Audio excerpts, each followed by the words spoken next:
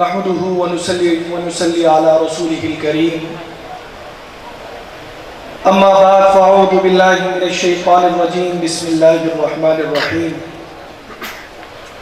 ان الدين عند الله الاسلام صدق الله مولانا العظيم.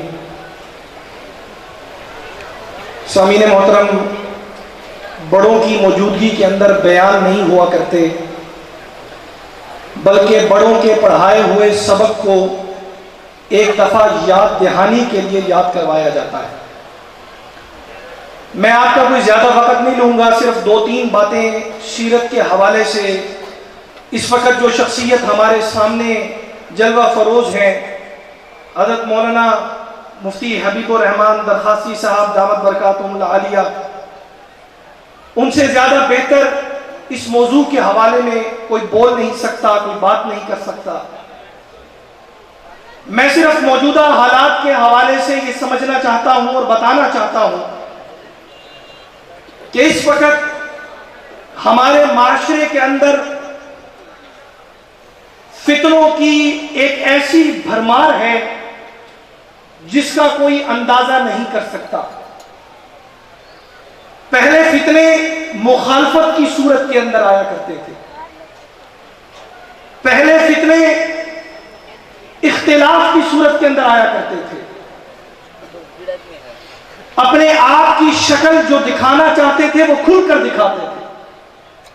لیکن آج کے اس معاشرے کے اندر، جس معاشرے میں میں اور آپ رہ رہے ہیں، وہاں فتنے بظاہر خیر کی صورت اپنا کر ہمارے سامنے آ رہے ہیں.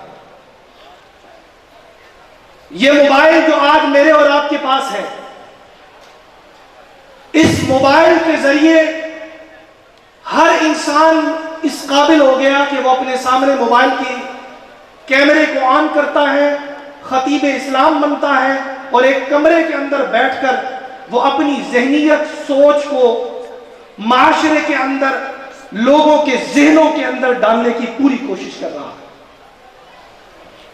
یاد رکھیے، سب سے پہلا اصول یاد رکھیے، اور وہ یہ ہے کہ ہر فیس بک کے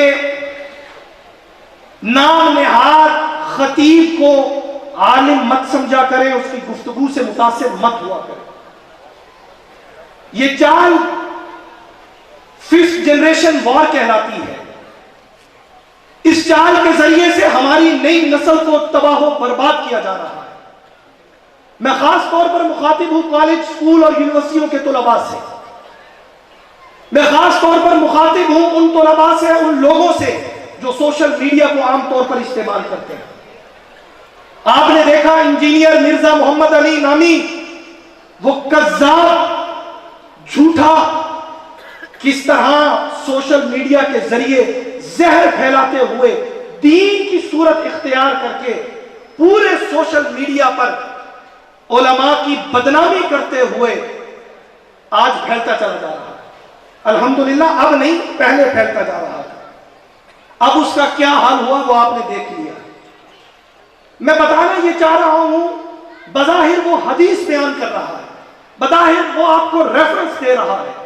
بدقسمتی یہ ہے ہمارے ملک میں ڈاکٹر جب تک ڈاکٹریٹ پڑھتا نہیں، کسی انسٹیٹیوٹ میں جاتا نہیں، کسی کالج میں پڑھتا نہیں، کسی ڈاکٹر کے پاس، پروفیسر کے پاس پڑھتا نہیں، اس وقت تک اس کو کوئی ڈاکٹر نہیں مانتا. انجینئر اس وقت تک جب تک وہ انجینئرنگ کی ڈگری نہیں حاصل کرتا اس کو انجینئر کوئی نہیں مانتا. لیکن دین اسلام آج اس قدر غریب ہو چکا ہے کہ جس کا دل چاہتا ہے کتاب اٹھاتا ہے، اپنے فہم و فراست کے مطابق غلاظت بکتا ہے، اور کوئی اسے پوچھنے والا نہیں کہ تو نے آج یہ جو دین بیان کر رہا ہے یہ سیکھا کس سے ہے؟ وہ یہ دین ہم نے خود پڑھ لیا. میں سوال کرنا چاہتا ہوں، ایک شخص آئے آپ کے پاس اور کہے کہ میں نے آپریشن دل کا کرنے کا طریقہ کتاب سے پڑھا ہے، میں آپریشن کرنا جانتا ہوں، کیا آپ میں سے کوئی اس جاہل کو یہ کہے گا کہ وہ اس کے دل کا آپریشن کرے؟ تو پھر کیا علم اگر اللہ چاہتا تو ہر کسی کے دل میں اتار دیتا. کیوں 1,24,000 کم و بیش انبیاء کو دنیا کے اندر مبعوث کیا گیا؟ क्यों सहाबा किराम रिज़वानुल्लाहि ताला अलैहिम अजमाइन की जमात, मुक़द्दस जमात को वो सबक हुजूर अलैहिस्सलातु वस्सलाम के जरिए पढ़ाया गया, हमें सबक दिया गया कि दीन सिर्फ देखने का नहीं, समझने का नाम है।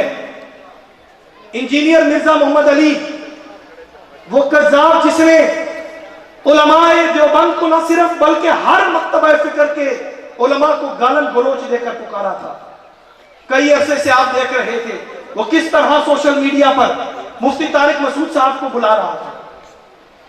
आखिरकार मुफ्ती तारिक मसूद साहब पहुंचे, 48 घंटे उसके अपने शहर के अंदर रहे, 48 घंटे चैलेंज दिया, वीडियो अपलोड की, आओ भाई मुझसे मुनाजरा करो।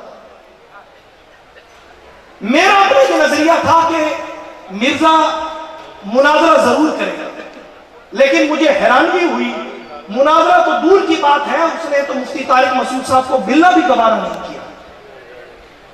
यहां मैं ये बात कहना चाहता हूं कि मैं परसों मुफ्ती तारिक मसूद साहब को मैसेज किया और मैंने उनसे बातचीत चल रही थी। मैंने उनसे ये बात कही कि मैं काफी देर ये सोचता रहा कि मिर्जा मोहम्मद अली को मैं आज से नहीं, मैं बहुत अरसे से जानता हूं, सोशल मीडिया के जरिए भी जानता हूं और वैसे भी जानता हूं। वो इस तरह का आदमी था कि वो आपके सामने आता और मैं समझ रहा था कि वो आपके सामने आएगा, लेकिन न जाने वो क्यों नहीं आया। फिर मेरे जहन में एक ख्याल आया, वो ख्याल ये था कि जब जब भी हक आएगा अल्लाह रब्बुल इज्जत उस हक का रोग दबदबा बातिल के दिल में बिठा देगा, और यही हुआ। 48 घंटे गुजरने के बाद जब कोई जवाब नहीं आया, वो चले गए। फिर वहां से इस्लामाबाद से वो बाएं कराची चले गए। उस वक्त तक कोई वीडियो अपलोड नहीं हुई।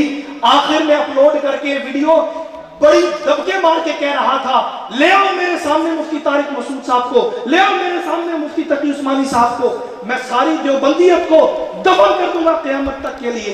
उस जाहिल मुतलक से कोई पूछे, अरे वो जाहिल इंसान, छोड़ तू देवबंदियत को, देवबंद का एक बेटा आया था, तू उसे सामना नहीं कर सका, तू पूरी देवबंदियत को क्या देखेगा।